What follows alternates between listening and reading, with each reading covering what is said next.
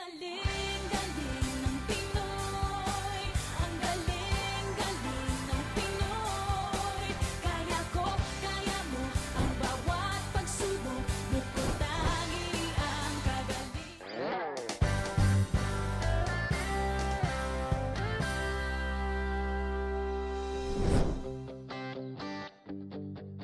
Sa dami ng dinayo ko dito sa Isabela, damayan niyo ako na damahin ang dambuhalang lugar na ito.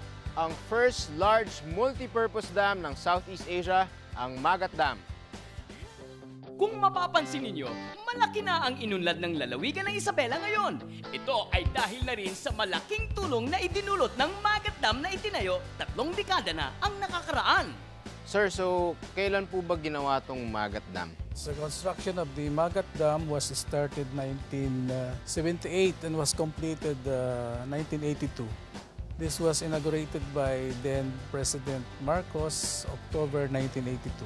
Bakit po dito napiling maglagay ng dam na to?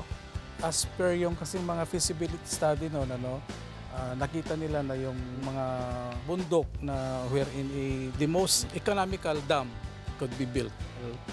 Economical, I yes, understand. din nila sa mga feasibility study, yung most economical.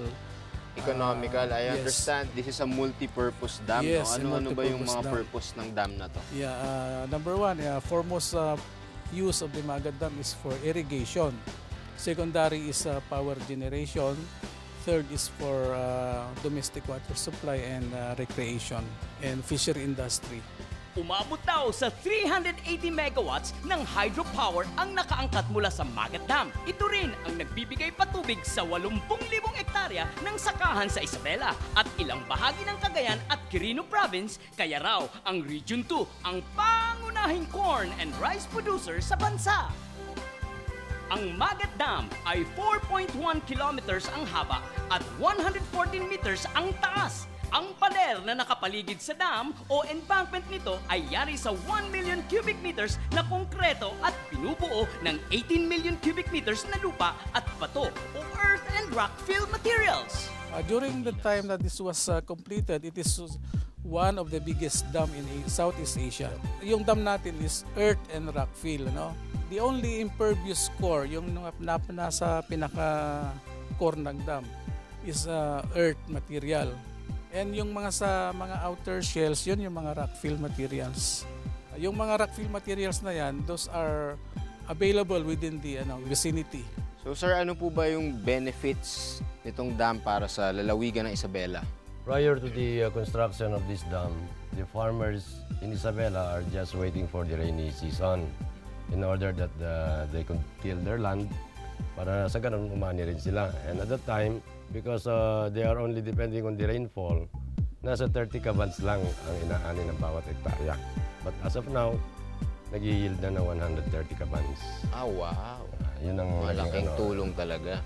And of course, wala pa kami nung projects tungkol sa fisheries, plain rice field and peanut, a little of sugar cane, ganun lang ang mga products na nagagawa namin. Hindi katulad ngayon, multi-agricultural products na ang naging result ng construction ng dam. Meron bang naging environmental concerns or benefits dahil sa paggawa ng dam na to?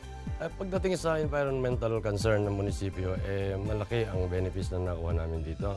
Kasi although we do not tolerate yung logging concessions, nami-maintain naman namin ang eco parks nito. So it serves as a tourism park, not only for the municipality Promon, but all throughout the Region 2. Malaking tulong ang pagiging multi-purpose nito at environmental benefits na dulot ng Magat Dam.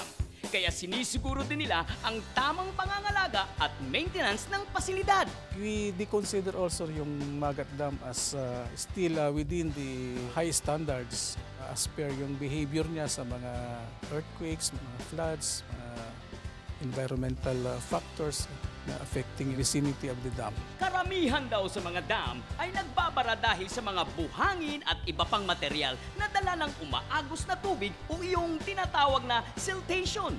Kung kaya't nagsasagawa ng rehabilitation at upgrading projects ang mga namamahala sa Magat Dam.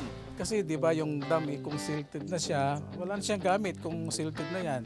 So as much as possible, We lengthen the dam by means of yung kinokontrol natin yung sediments coming to the dam.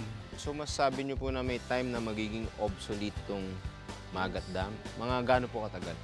Actually, ang lifespan kasi ng Magat Dam is 100 years. Pero because doon sa mga nangyayari na earthquake, kasi yung earthquake nga, nag-ano yan ng erosion, soil erosion. So, na-shorten yung lifespan ng ating dam. Ano na po yung lifespan niya ngayon? Sa ngayon, mga 35 years more siguro. Based on sa 2050? bathymetric survey na kinakandak namin yearly. Pero so far, maraming studies na kinakandak to lengthen the lifespan of the dam. So kung gusto ko palang mag-tour dito sa dam, kailangan gawin ko na within the next 35 years. Oo. Malaki na pala ang nabawas sa lifespan ng Magat Dam. Lumalabas na halos 35 years ang nabawas dito. Mabuti palang gawin itong sulit bago maging obsolete. Madami pang taon ang may enjoy sa madaming pakinabang ng Magat Dam. Kaya samantalahin natin ito at bigyan pugay dito sa Philippine Book of Records.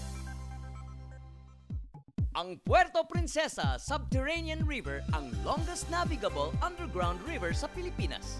Ibig sabihin, ito ang pinakamahabang ilog na nasa loob ng kuweba na pwedeng baybayin gamit ang bangka. Kakaiba raw ito dahil kakaunti lamang ang mga underground river na umaagos papunta sa dagat. Noong January 28, 2012, opisyal itong napabilang sa World's New 7 Wonders of Nature.